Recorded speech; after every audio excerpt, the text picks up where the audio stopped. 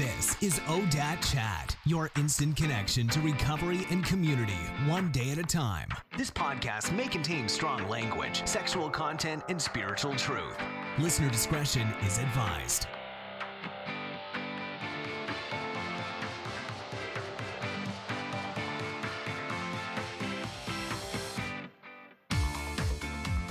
Hey everybody, welcome to another episode of the ODAT Chat podcast. My name is Arlena and I'll be your host. It's been a minute since I published an episode. There's been a ton of transition in my life. We sold our family home in Silicon Valley, California. We're actually moving to Idaho, and I'm just finishing up a book proposal, super excited about it. But I have to share that I've also been grieving over the sudden loss of our little English bulldog, Gus. Since the beginning of the podcast, you've heard him bark and snort in the background, and it was a shocking loss, but I just wanted to say a big thank you for the outpouring of support we've received. I know that so many of you share that loss and you know what it's like, and as always, it's comforting to know that I'm not alone, so thank you so much. If you're new, this is a podcast where my guest and I talk about how to recover from alcoholism and addiction. I'm really looking to uncover the causes and conditions, but really focus on the tools and the practices which lead to long-term recovery.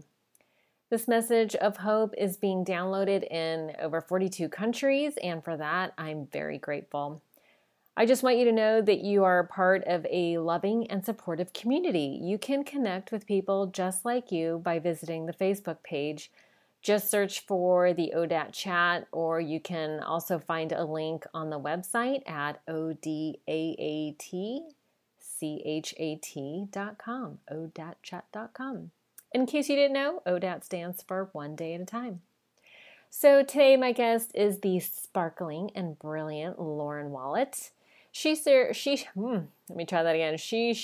her experience, strength, and hope, so that others can be free of suffering and find their purpose. But before I tell you more about Lauren, I have a few resources to share with you. So first is Sober Life School. You've heard me talk about this before. But if you are struggling to break free of guilt and shame, take a look at my class called Holding Safe Space. It's a breakthrough process very similar to the 4th and 5th of the 12-step program. Also, if you're struggling with isolation and loneliness, there is a free 7-day challenge that will help you feel more connected. For more information, just visit soberlifeschool.com. So back to Lauren. She is fabulous for 1,000 reasons. So I will just add that she's an international speaker and a coach. She is the founder of Alchemist Academy, where she teaches entrepreneurs to turn their ideas into gold. So you can learn more at alchemist-academy.com. Also, Lauren and my friend Anna David are starting a new TV show called SheEO.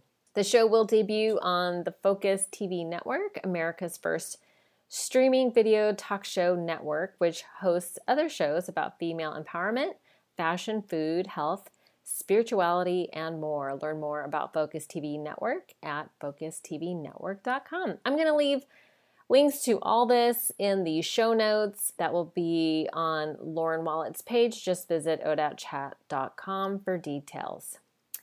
So listen, I really enjoyed my conversation with Lauren. I learned so much. She has such a brilliant and bright personality, so full of energy. So I hope you enjoy it as much as I did. So with that, please enjoy this episode with Lauren.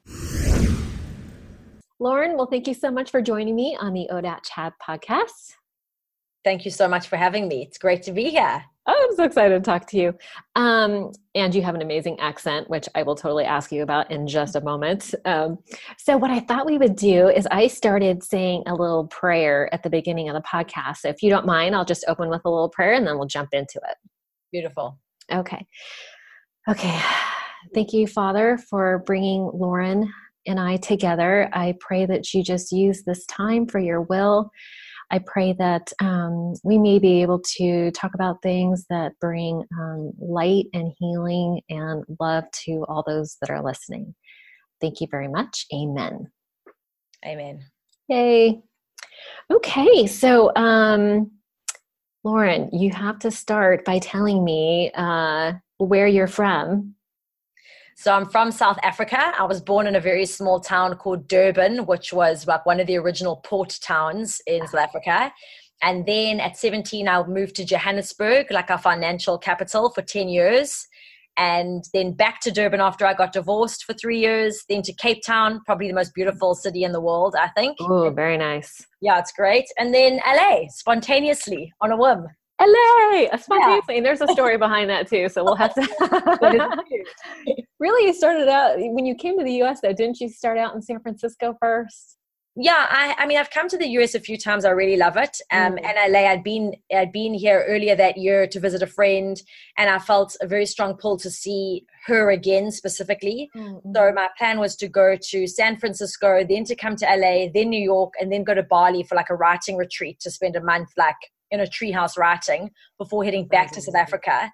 But by the time I got to LA, like a lot had changed, and I just definitely felt the pull to actually stay here. And I had no idea, like it was the 24th of October, 2017 that I decided to stay. And I had no idea what was in store, but it was the beginning of a radical transformation. Like my life is radically different to how it was before. I cannot wait to get into it. So, but first, so I'm always very curious about people's upbringing, like family of origin type stuff, because I really feel like that sets the stage for things to come, right? We learn what love feels like from mom and dad, and if siblings or not, but that's kind of where it all starts. So maybe we can start with what you were like as a little girl, and tell me a little bit about your family.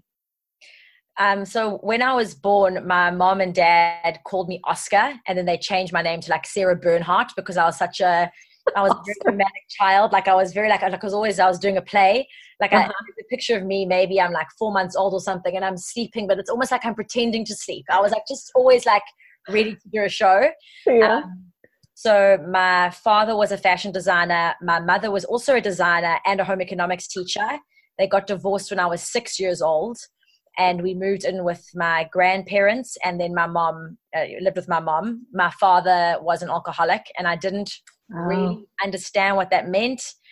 I always knew the term. I always knew I was very scared of alcoholics. They were terrifying, and I mustn't catch it or be one, because my dad was one, and you could have the gene. So there was always a thing in my head, but I didn't know what it meant until I was actually in AA. Wow. And then my mother got remarried when I was 9. So I went from having me and my sister, who's my best friend, she's 2 years younger than me. Oh, cute. Having, a stepfather, a stepbrother, a stepsister, and they had a half sister. So that was a big increase. And you all lived together? They came like every weekend and Monday nights, and then after a few years lived with us permanently. Okay, that's not the half sister. And then my father died when I was 15. So he had been pretty much dying since they got divorced. He had various types of cancer. I'm pretty sure the alcoholism, definitely sped it up, because he would just drink a lot. And the excuse was always, well, I'm dying anyway. Like it was, you never know when you're going to die. But he would say that to you? Yeah. Yeah. Oh my gosh. Yeah. So he was a very unusual man. Not that I know what normal is. Yeah. So I don't really have an understanding of what a father is. But he had a lot of great characteristics, I thought, that were like really cool, and he was really creative and a great writer. And but the best way, my mom would describe him as like a rolling stone, or like as a Peter Pan lost boy. A lost, okay. Lost he was boy. he was like a lost boy, like, and he just, and I used to think like, I kind of created this fantasy version of him after he died. That was, my dad like wasn't like other dads, because he had long curly hair, and he was barefoot, and he always moved, and he didn't buy into society's norms and expectations, and it was very idealistic, and I wanted a free man like my father. And it was only in LA like last year where I was walking to a coffee shop, and the thought suddenly struck me. I was like, oh yeah, he just didn't have shoes. Like, like that wasn't a choice. He didn't live anywhere permanently because he didn't have a home. Like he kept having to move. Like that wasn't right. that wasn't good. That wasn't good. Like, he was but you said he was a fashion designer. So did he, is that how he made his living? He did make a living in the beginning, and then it just deteriorated. I don't know what happened to the business, and he had a factory and a business when my mom. Wow. He was very successful. Like I've got all these beautiful pictures of him and my mom in magazines, like in newspapers, because he was the Bachelor of Durban and she was a top model, and they were just this gorgeous 70s couple. And it just deteriorated. And then at one point he was selling some of his T-shirt designs and shirts at a flea market. And then that stopped. And then he was like, he just disintegrated, you know? Yeah, alcoholism is just, was he doing drugs too? And I didn't know that he was, but there was a big club in my hometown called 330 that it was like a huge drug club. And I know that like 2 weeks after I was born, it was the opening, and my mom and him went. And I've had like an ex-boy. Durban's a small town. It's super creepy and weird. My dad's best friend who he lived with, his stepson was my first boyfriend. It's like all linked. You know, it's all like small town. Yeah, it's a small town. Like the South. Yeah.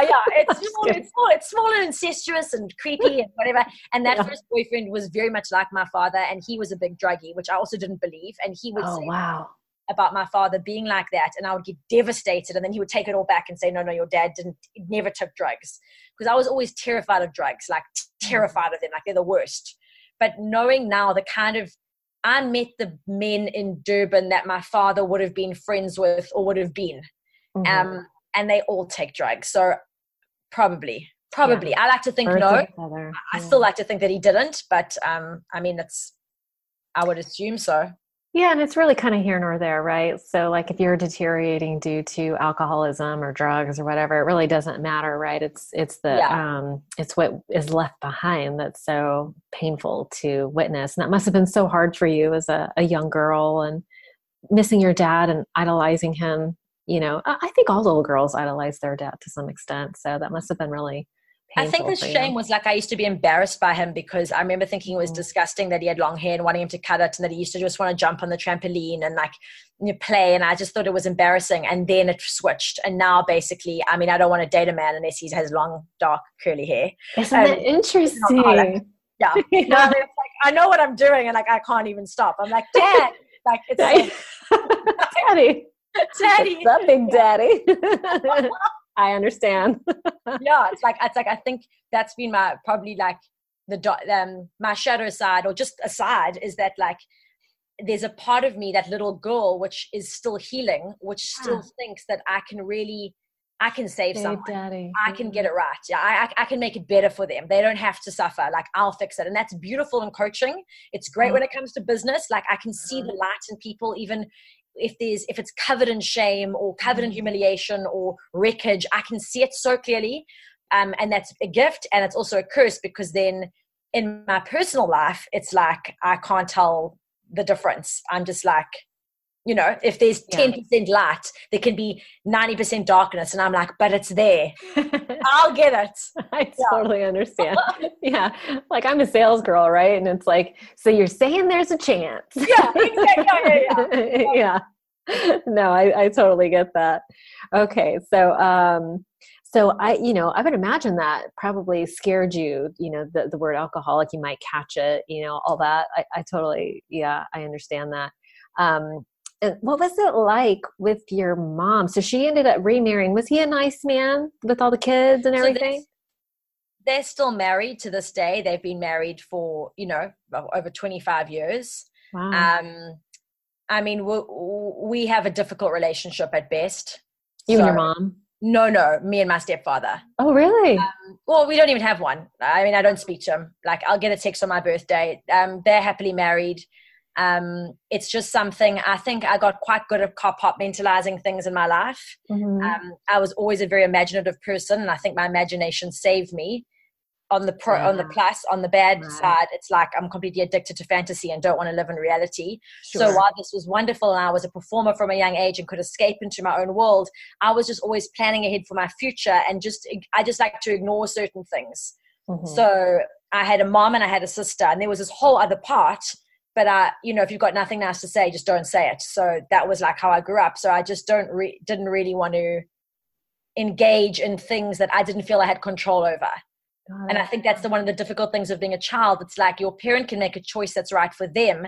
It doesn't mean it's right for you. And you have no control if you're young. So I just couldn't wait to grow up and make my own choices and do my own life differently. And thinking I'm so different to my mom, where it's like, I'm not. That's really interesting. Okay. So, and what is your relationship like with your mom? You don't have one with your stepdad, but it's you and your mom. Are you and your mom good? Oh, good. I do. My mom, she came to visit me this year, which was great.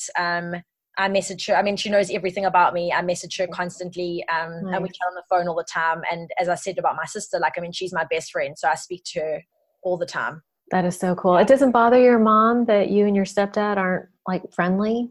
It's not hostile. He's very nice to me. It's just, I think we're just very different. And I've just, I chose to leave a lot behind. Yeah. I think it got to the point where I just want a whole different kind of life for myself. And the South African life is very conservative. It's very, there are a lot of things. I'm a more liberal, a liberal person. Yeah. I'm not racist or sexist or homophobic, or I don't hate women. I'm just not, I just didn't fit there. And I always felt like I was too much. And so I just feel it feels better to be in a place which feels expansive, even though there's a lot of love where I came from. It definitely is there. I just always felt like it didn't fit. Just didn't fit. I just didn't fit. Yeah. I get that feeling of too much. And I think that's that's something that I've heard from a lot of people that have struggled with addiction issues, is that, not feeling good enough, but also feeling like their feelings are too much. My feelings are too much, and I'm just too much. I feel like my expressions are too much, and what I want is too much, and my desires. I was working as a professional actress from the age of 9. That's not normal in my time. Yeah, and I was self-driven, and I was always doing businesses and writing books and doing this. I was just a different kid. Yeah. And I needed so much stimulation and satiation. And eventually when it got to the point where I felt that alcohol, which I was always vehemently against, eventually I just remember thinking, well, this is where I live. If you can't beat them, you may as well join them. And if I dull myself down or dilute myself, maybe I can just fit in with more of them. I won't be so much of me. I'm just too. So I just kind of try to water myself down, Yeah. Trying to, I feel like it's walking around in a shoe two sizes too small, right? Just trying to stuff yourself into a little space that doesn't fit for you. Yeah. So how old were you when you started drinking? Was drinking your main drug of choice? Yeah, I've never taken drugs or smoked weed or anything like that, or cigarettes. No cigarettes. Yeah, no, nothing. And I was very legal. I had my first sip of alcohol. I think I was 18. Okay. I had a sip at 17, but only 18. And the first blackout that I had, I was 24. So I had a solid decade of good drinking practice. Okay. I started drinking more in my marriage. Because we were celebrating, and we were young and very successful, and having a lot of people over, and it was just really fun. And after I got divorced, I thought I was drinking a lot because I was so sad, and it's good to be a mess. And I was reliving the 20s, which I never had, because I was always career focused and getting married, because I was married by 25 already. Married by 25. Okay. Yeah, and I had a business that I'd sold. I had 2 businesses that I'd sold by 26. So I was a serious person. Yeah. What kind of businesses were you running? I ran a performing arts school for children, called Star Quality Performing Arts School. And then I had an acting agency associated to that, and I sold those 2 separately. And then at the time, I also had a contract for commercial entertainment, and I sold off that thing. You are a busy girl. Yeah. I'm tired just listening. Child. Yeah. I just want to make everything better for everyone. Yeah, no, I get that. Yeah. That's awesome. So yeah, then the drinking, I always thought, it was, now I'm this party. This is what young people do. I want to have fun. Fun just meant drunk. And a lot of the people which I judged as a young child because they were wild and reckless and being with boys and doing things that I didn't do because I was a worker and I had dreams. I was now back in my hometown after my divorce, and I was like, well, maybe just I should be cool for once. Like I didn't feel I was ever very cool. And I thought that party girl would be way cooler. So I tried that on. And it was like, you do have a lot of friends. Everyone wants to hang out with you because everyone's drinking. So I also felt like everyone I know is an alcoholic. Like, no, I didn't feel that I was bad compared to everyone else around me. But I only associated with the heaviest drinkers that I knew. I know. Yeah. Seeking lower companionship. Yeah. It's natural. Yeah. And it's hard to feel like what you're doing is wrong when everybody else is doing the same thing. Doing the same thing and worse. And like, I feel like, and that's probably delusional. I'm sure a lot of people thought that I was like outrageous. But the feedback would always be, you know, you don't worry about like not drinking so much. Like you need to take drugs too. Like you need to calm down more, try weed or try this, or like just get more mellow. Because again, it was this thing of like, what do I do with all this energy? Yeah. Isn't that funny? There's so many of us that have all this energy, but I found that if we don't learn to channel it, it just spins out sideways. It comes out sideways in destructive ways. And so you started drinking heavily after your divorce, and that must have been really hard on your self-esteem, just getting divorced and having to go back home. It was pretty much the most devastating thing. At 17, I left home to go to Johannesburg. I felt like all my dreams came true by 25, like house, husband, covers of magazines, like successful, everything. Like, man, my dream husband who I'd known since I was 13, like a boy who like wasn't interested in me when I was young, but suddenly was like married to me. Like, I feel like I just got it all right. Yeah. At 27, I'm back home living with my mother and my stepfather, which was all I wanted to escape. And it was like, I thought it was going to be good because it was humbling, but I didn't fit then. And I was so broken and so small then, and I still didn't fit. And it was confirmation that like, I'm just not meant to be here. Like on the planet? No, I wasn't suicidal. I'm not meant to be in that small town. Yeah. I'm not like the people there. Like, although I have a lot of the family values have a lot of traditional values, but I didn't want to grow up to just get married, have my husband dictate my life, talk about decorating nonstop and my dieting and the kids and the kids and the children did this and my husband did this, and it was like, it was so inane, and so no one seemed to have an opinion or a dream other than like, how should we decorate the table for the luncheon on Sunday? I mean, who cares? Shoot me now. Yeah. Yeah. Okay. Well, yeah. So when did you decide that your drinking was a problem? I knew that it was a problem in September 2017. That's when I realized I was drinking a lot, because I had tried to take a month off, and I'd got to 3 weeks. And my sister had come. I had just had this like corporate burn down where I had this awful experience with one of my biggest clients. The contract got cut, and when I said it was because he was sexually inappropriate with me, he tried to sue me. It was awful. It was just before Me Too, and I felt that I was unable to speak out about it because I was a blogger. I used to write about my love life online. I'm very out there, and the general consensus was, this is a family man. You're going to sound like bitter and angry and crazy if you show the text or everything that he's done. Like, you know, you are like, I was just too much just to say. I had to just be quiet, and keeping quiet for me is basically like, feel like I'm being stabbed. It was very difficult. And what I did was I was like, I'm going to return to my art. And I started creating, and I made my first film, and I started a women's movement called Rebella. And I tried to channel it creatively, but I had a lot of destructive energy because I was in a lot of pain about this ominous feeling that there's this oppressive force of like a man who's out to get me that seemed to just show up in my life a lot. And it just felt like I couldn't make myself the correct patriarchal good woman. And it was, and if you speak up and if you say the truth, if you say it's not okay, you get shunned. And I was starting to like scream that it wasn't okay. And so to counter that, I was trying to create, but I was also going out a lot. And it was like, I was doing a lot of speaking engagements and then drinking afterwards and then doing a film and then throwing a party. And it was like, I was like, I'm working hard and playing hard, but I was burning the candle at both ends. And it got to the point where I remember waking up one day and going, is this what my dad felt like? Like the feeling of wanting it, like that he wanted like this, because I always wanted to know, how did he feel?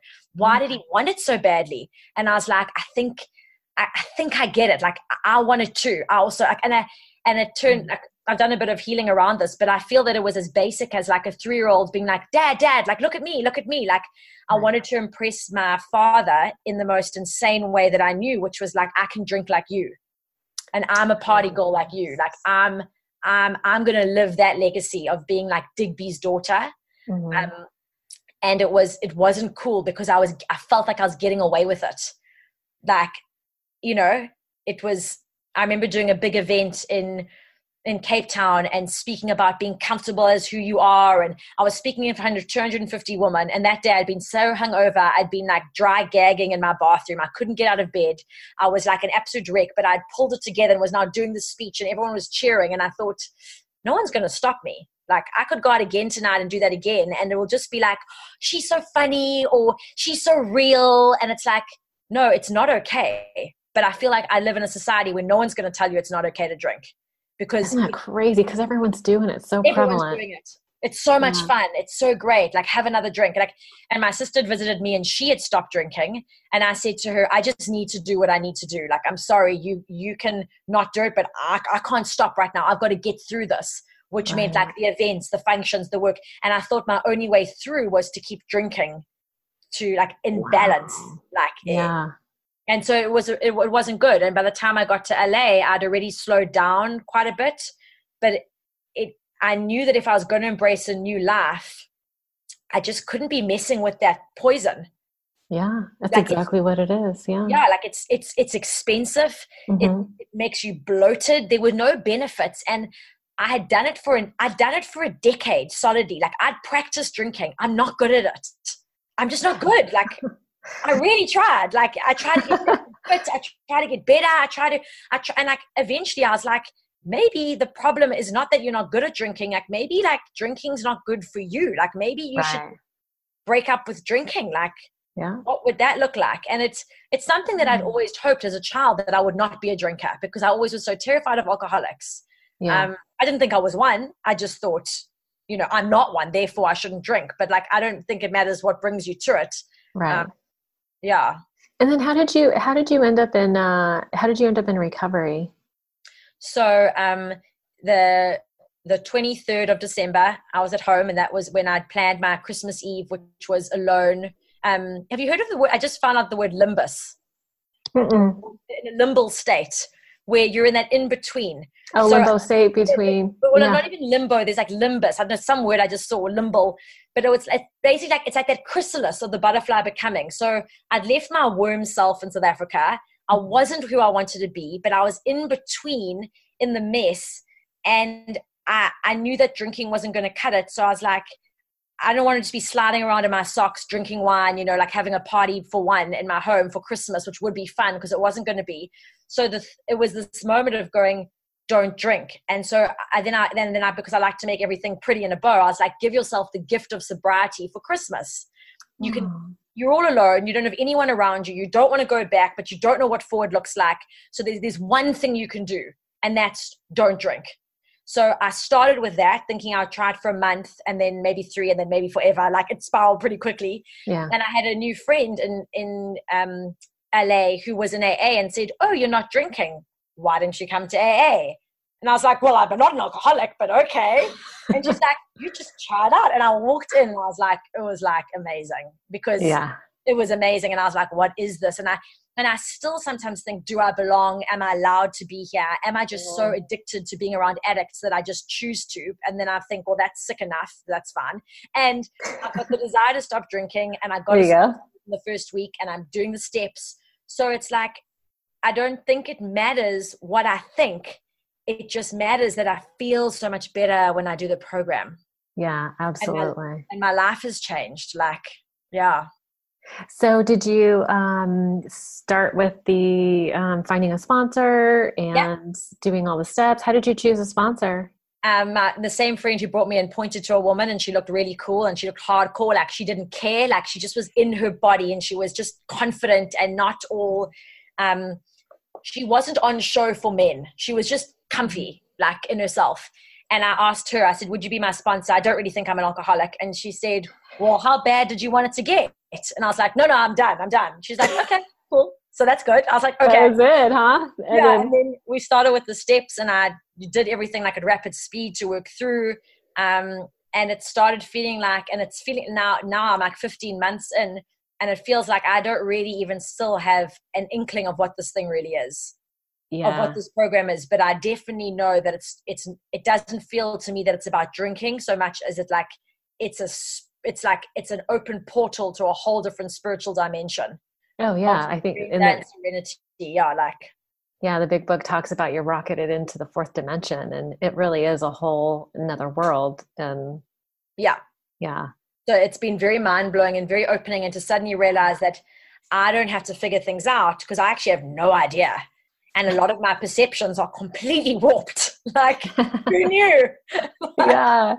No, that's amazing. And it's so cool. I have to go backtrack just a little bit. I'm so curious about, you said you were speaking to large groups of people and drinking at the same time. What was the nature of your speaking engagements? I'd written a book called Human Doing. In 2016, I did a lot of talks around that. It was about optimal productivity and conscious choices, intentional doings. I was very involved in the tech startup scene. So as a pitch coach and as a pitch coach. Yes. Oh, I've thought about doing that. It just sounds like it would be so much fun. It's so much fun. Oh my goodness. I was a pitch coach for Techstars for 2 years and an associate in the first cohort that they had in South Africa. Oh my goodness. Very involved in mentorship for women. So doing talks around like different topics that they were either from my book or around just collaborative consumption. So the new sharing economy, a lot of stuff to do with fintech. And that particular event that I was speaking about was an event called Future Females that I was involved in the initial stages. And I was speaking about what is true confidence and how we master the art of our own perfection, which basically means like forget about perfection and just revel in your real. Yeah. So I was very much there in my mind of like what I believed, but I didn't think that drinking, I just, it's like I knew all these conceptual things, but then I would go out and get drunk. And I just thought, well, that's not me, so that's okay. Isn't that weird how we disassociate that way? It's like you were already, it sounds like you're really like on this enlightened path, right? Yeah. And it just got to that place, and I don't mean to put words in your mouth, but it just got to that place of here is a thing that I have to contend with. And just by, contending with that issue, it just opened up this whole nother world. And I think that's the thing that people don't realize is a lot of people get sober and they think, oh, my life is over. Well, it's so much bigger. Yeah. It's like, I realized, the thing which I was writing about like then and now is that I was the missing ingredient. Yeah. I wanted the secret sauce for this wildly delicious life. And I was missing me. I needed to add more of me, not less of me. I needed more, the concentrated version. And the concentrated version of me cannot be watered down with substance. How am I making a conscious choice when I'm drunk? I'm not. Exactly. Oh, that's amazing. Yeah. So let's talk a little bit about some of the projects that you're working on. Because when I was doing a little bit of research, I met you through Anna David, and I saw that you have the Alchemist Academy, so I would love to hear about that.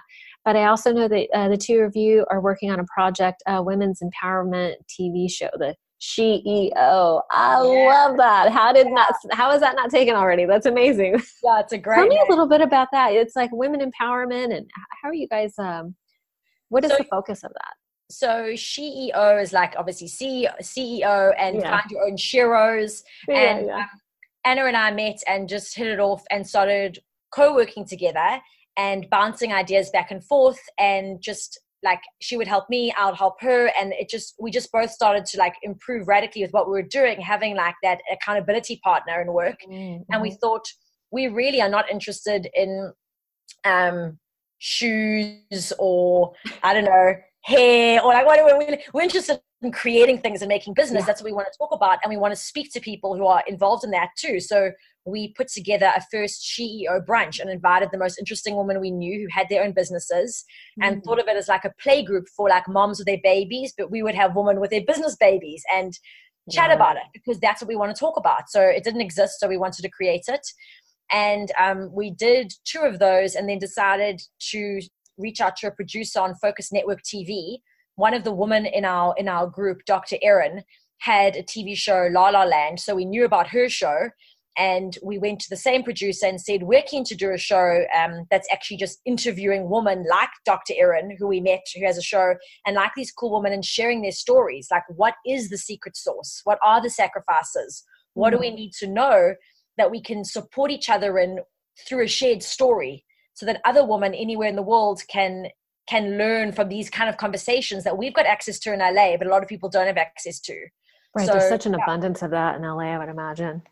Yeah, there's amazing people doing amazing things. And how do we talk about that? Like we did a mini a mastermind gathering today. We just, a few of us got together and we just bounce it back and forth. We just go like, what, where you at? What do you need? How can we help? And it's just, so putting that onto a live stream TV show is ideal because it's the same conversation. It's just broadcast. It's just broadcast. That's brilliant. Yeah. So that starts on, we film, our first shoot date is the 29th of this month. Oh, how exciting. Congratulations. That's a really big deal. Thank you. Yeah, I think it'll be good. Cool. Yeah, you'll have to let me know when it launches, and we'll definitely broadcast the shit out of the podcast. Yeah. Awesome. Very cool. And then, so tell me a little bit about the Alchemist Academy. How are you helping people through that? So Alchemist Academy is just the idea that if you have an idea in your head, you want to be able to manifest it and you want to turn it into gold. Like, I just like the idea of alchemy from a spiritual perspective, which I feel is taking that lead heavy pain of my past and transmuting it into a golden liberation of my future, like possibility, play, just something, pleasure, power, even just from that pain point. And I think that our personal and professional lives are so inextricably linked that the same is true professionally. So you have an idea, and from ideation, you want to bring it into implementation, and you want to transmute it into ultimately gold. Because when you start generating money, it becomes sustainable, and then you can grow it, and you can scale it, and you can sell it. And it's something I'd shied away from for a while. My business had a different name before as an academy. I didn't want to speak about the money aspect. No, it's just about having an impact or being independent, or I don't want to speak about the income because that was almost taboo as a woman. I was like, I don't need money. And as I've been stepping more into my power as who I am, I've been claiming even my name, which is Wallett. I mean, my surname is Wallett. I know, that was hilarious. Yeah, like it's I was like, real. I'm going to love this girl because money is my, listen, money has always been my higher power. Yeah. And it's only been recently that, I really recognize that and put it aside to say, okay, I got to stop chasing. I'm allowed to make it. And I think that like the legacy of my father of being Digby's daughter, a party girl, isn't nearly as powerful as being like, Wallett is my family name. And I don't have to wander it away like my dad. I don't have to, money was such a joke for him. And so I think I've had some limiting beliefs around that. And I was like, with Alchemist Academy, I don't just want people to make their ideas real. I want them to make a massive impact and be independent, but they need to generate a huge income because that's going to keep it going. Yeah. So by saying turn your idea into gold, it's like, that's cool. And that's a benefit of creating your own business, of going on the entrepreneurial journey, which is like a hero's journey, but it's that you radically transform not just yourself, but the world around you. The world around you. Yeah. Money, and I've started having to, and I think money issues are so big for people in recovery, right? There's so much attached to a lot of, like what you were saying, there's shame to attach to making it. Right. And, and there really shouldn't be, but people have such twisted ideas about money when they first get sober. So it's financial fears. And then, trying to manage, I think for me, it was tough to, manage like spiritual principles and being ambitious for money. Right. Like to me, they weren't compatible. You know what I mean? It felt like, I think like how I've reframed it for myself is like money is an energy. It's an extension of me. How am I able to be more of me? Well, it's like, for example, I could have a tiny get together in my living room, or I could reach out to a group of women and have a brunch, or with money, I can have a broadcast TV show and reach much more people. It's the same energy. It's just, it's scalable with backing. So Right. it can be a beautiful gift, like leveraged correctly. But it's getting that it's been to get into my head to allow myself to be like, no, I'm fully expanding. Like I'm not playing small, and a limiting belief is also, I'm so much anyway, like what man will want me, or definitely no man would want me to be more successful than him. It's too threatening. Like the man is the person who makes the money and you support. And now I'm supporting myself. I don't need to try and support. I mean, I love supporting other people, obviously. Like I will never stop that. But in supporting myself, it's a beautiful thing to be financially free, because it means that I can randomly immigrate on a whim, and I can live a different life. That's only possible with financial freedom. Absolutely. Yeah, no, I couldn't agree more. And I'm going to have to put a link to the talk that you gave about abundance, connection to abundance. Was that through Neil Strauss's event? Yeah, that was a very short little extract. We did a wrap up at the end of one of his intensives. And I was just speaking about some of the practices you can start to get into of the mindset of how do you set yourself up for where you want to go. And the first is identifying and defining the lifestyle that you want. Start realizing what's possible. So if you imagine that, you had a blank check to create the life you want, what would you want? Because we never really ask ourselves what we want. We just, a lot of us, and this was me, just trying to get by.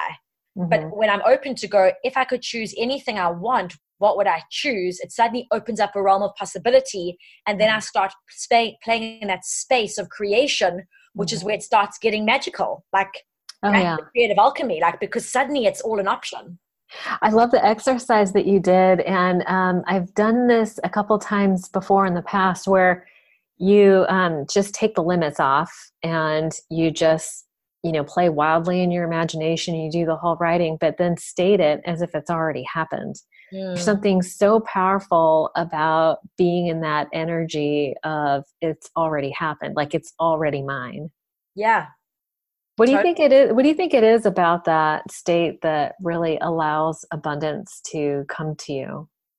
I think that we assume that time is linear and that there's certain things. And I think that's what I love about like the spiritual dimension, is that everything is happening perpetually in a state of now, and everything you want, it once you have the idea, it exists, then time just catches you up to it. But if you want it, it's yours. Like it's almost like in that dream state reality where things are happening instantly. We get so bogged down in the third dimension with like time and space. But holding that idea there, it already is yours. It already is. You just got to catch up to it. And that's what I find with writing also. It's like I've really been able to write myself alive, where I write the future version of myself and then I catch up to it. But it starts in your mind. Like it starts that incubation where the seed starts to germinate before it manifests. So when you claim it as if it's already yours, it's like you remember the truth that you have the ability to co-create with the universe and have everything you want. If you want it. If you want it. If you have to feel like, do you feel like you have to deserve it to some extent? Like you have to allow yourself to do it? Yeah, you have to know that it's okay. That we're spiritual, but like having a human experience. And in this human experience, what do you choose to experience? And I think for me with drinking, I was afraid to admit what I wanted because it was huge. Because if I had to admit living back in Durban after my divorce, that actually what would serve me would be to be living in LA and doing transformative work with like huge groups of people and living my wildest dream, feeling that small and that broken, that low, how would I ever get there? It was inconceivable to me. It was easier to just drink with people I didn't really like and play small and go, oh, that's delusional. Who wants those big things? Like, that's crazy. Have another drink. Why don't I just want less? Isn't that easier? But that was killing me. Whereas allowing myself to admit what I want is actually more freeing because I can actually have it. Yeah, your more authentic self when you're able to be really honest. Yeah, I think we don't want to admit how big what we want because I can't speak for everyone else, but for me, it meant radical change. Yeah. It meant if that's what you want, goodbye old life. I know. Listen, you certainly traveled far. That's for damn sure. Yeah. Oh my goodness. So tell me what is life like for you now? It's this month of March has felt like I keep saying to my sister, every day is my best day. Like that's awesome. She must be so proud of you. Yeah, she is. And I'm very proud of her. She's amazing. It's filled with a lot of love, a lot of deep connection with myself and with friends, a lot of women in my life who are very instrumental and pivotal, and we can have very honest, heartfelt conversations. It's a lot to do with recovery and learning. So I immerse myself not just in AA meetings, but I'm doing Martha Beck's Wayfinding life coach course. So I'm studying for the next 8 months. I'm always looking to develop different aspects of myself. So reading a lot of time for reflection, and then a lot of time just for time out. So spending time on the beach, or walking a dog, or drinking coffee and writing poems, going for a massage, laughing with my friends. I try and incorporate a lot of play into my life. So there's a lot of that also. Do you practice self-care practices like meditation and things like that? I've started meditating this month, probably added to this was my month of like manifesting the most money I've ever manifested. And I'm pleased to say it's going well. Congratulations. Yay. It's working. And then also incorporated meditation, and just 10 minutes a day because it's new for me. And I'm finding that's having a radical change. What's also happening, I find this often when the light gets brighter, when my life gets bigger, it's like a lot of dirt comes to the surface, a lot of icky feelings. I start to dig deep and I have to get horrible things up, which is still a lot of needy feelings or wanting, and those don't go away for me. And it's about trying to navigate those churny waters where I'm still feeling that stuff. I'm just so aware of it that I can't numb out the way I used to, but I've still got to deal with the feelings. So it's not all like, oh, bliss, I'm just on a cloud. It's just very vibrant, my life today. I'm glad you mentioned that part though, because I feel like as we get stronger in recovery, and as we develop a support system, I feel like the stuff comes up because we are stronger and because we have support. Because that's why they call it a support group, right? It's like, and it's just amazing. It's like we stuff it down as best we can, but then it's like when you feel safer, that's when all the stuff comes up. So I'm glad that you acknowledge that, while things are, it doesn't really sound like a pink cloud in your case, but while things are so good, that is when the hard stuff comes up. Sometimes. Yeah, and I think the difference now is I'm not looking at, because I've now got a God of my understanding, which is this divine creatress, and it's all about creativity, that I know in my heart that if something is coming up which is disturbing, that it's an invitation to explore something, or it's because I'm ready to have it healed. It's like shrapnel is coming out of me, and it's still very uncomfortable, and sometimes like it's painful, but it's because I'm obviously ready now. And I'm not being punished. Whereas before I thought had I done something wrong? Was I bad? That was it. And I'm feeling bad because I'm bad. And like all these thoughts, where now I know a feeling is just a feeling. It's not a fact. And I can still have these feelings, but I'm able to breathe through them, move through them, and hopefully make an incrementally different choice. And even if I can't make the perfect choice, which often I can't, and I'm doing things where I'm like, why am I not further along? Why am I not better with this? Like, why isn't this gone? It's like, that's just part of me. And if I can have compassion for myself, I can have compassion for others. There it is. Yeah. That's like the magic key right there, is just compassion for self and others. Yeah. So you mentioned having a faith in God. Did you grow up with God in your childhood, or is that an idea that has evolved since you've been sober? We did grow up with God. I was raised as a Christian Scientist, not Scientologist, but Christian Scientist, which sounds also like strange. It was definitely strange in my town, where everyone was like a normal like Christian. But the idea of Christian Science, which was very nice conceptually, is all about God is love.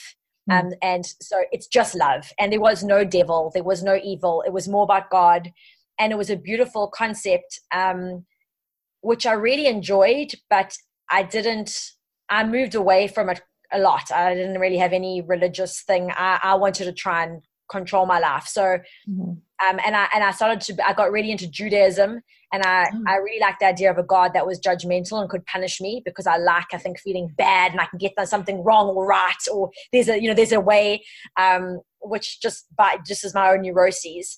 And what I've loved about AA is discovering a different kind of God, which is nurturing, has my best interest at heart, wants me to feel good, is not going to get me or trick me or punish me, or it's very gentle, Mm-hmm. and it's definitely love.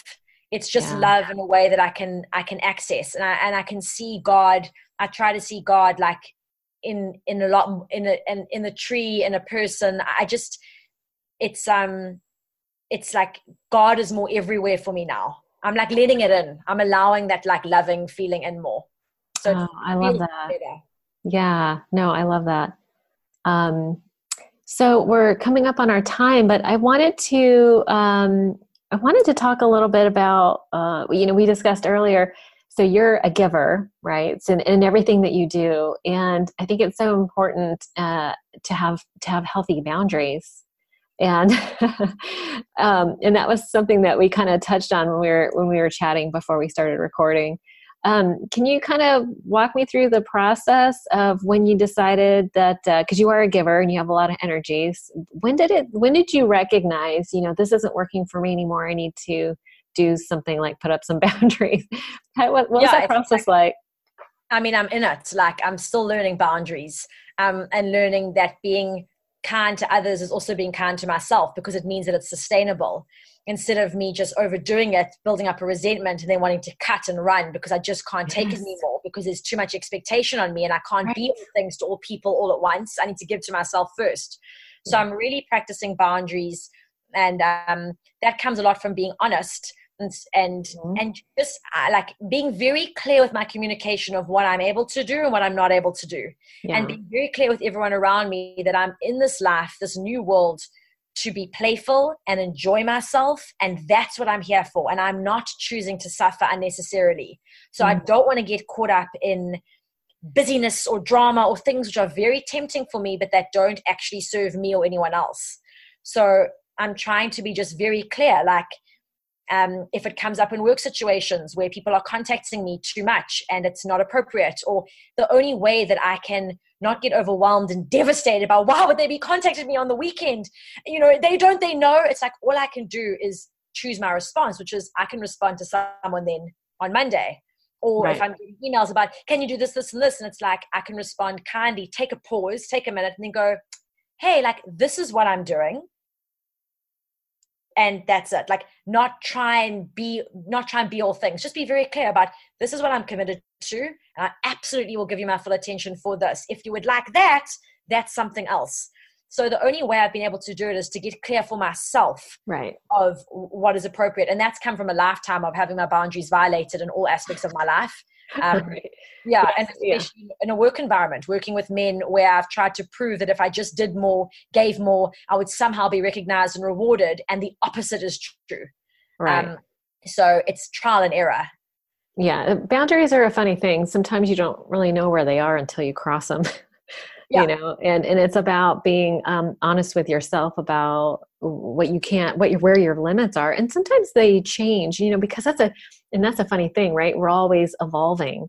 And so sometimes our boundaries kind of change. I've found that what I was capable of in certain areas, it changes. Like work things change, what I'm capable of in relationship changes, who I attract, the kind of person I attract changes. Because I'm always evolving. So sometimes it's kind of hard to know where the boundaries are. Yeah. I also notice, like, if I'm in an experience which feels violating or aggressive or upsetting, I'm trying to see that as going, oh, wow, that's the external manifestation of my internal projection. That's where I'm at. So I can't change that person, but I need to do some more self-care or self-love, because this wouldn't be coming up for me if I was in a more loving place. It's very upsetting getting that feedback, because I'm like, oh, I thought I was further along than that. I didn't know that I was going to allow myself to be treated like that. But I can only keep the focus on myself. Right. Cannot slip into, I can't believe they did this to me. Like, I think any victim talk is just it just means it's going to keep happening. Right. Like, so I just work on trying to love me more in those moments. And there it is. There's another that's like an important key right there. That's amazing. Yeah. So tell me, how do people, if people want to get a hold of you and work with you, I know you do. I was looking at your website, and I know you do coaching to help. Is it just women, or do you coach men too? No, I coach men also. Yeah, and I do professional alchemy and I do personal alchemy. So I work with some clients on like transforming their business ideas like into gold, like putting a strategy in place, a really good creative strategy to go, where are the gaps? What could you be expanding? What revenue streams are you not looking at? How could you streamline? How are you doing social media? Like, it depends what they need. So that's like for that. And then I work with some clients personally, which is going, where are some pain points that could potentially unlock a whole bunch of possibility for you that you're not looking at?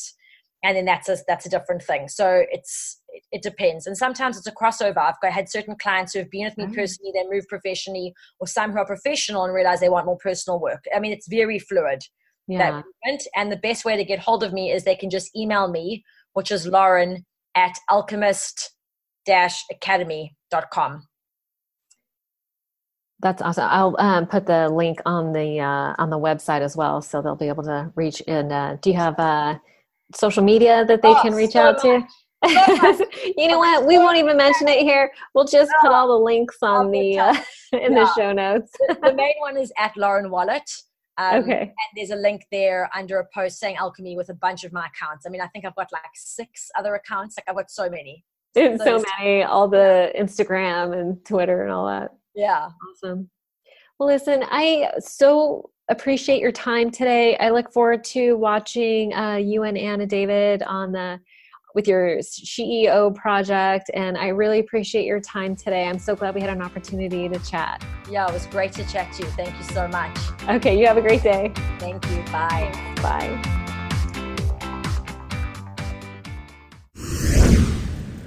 One last thing before you go, if you enjoyed the podcast today, please don't forget to subscribe on iTunes or Stitcher and leave a review. And if you'd like to make a donation to the podcast and help me keep the lights on, you can do so by visiting odatchat.com. There's a donation button or membership button on the right-hand side. Have a great day. Thank you so much for joining us.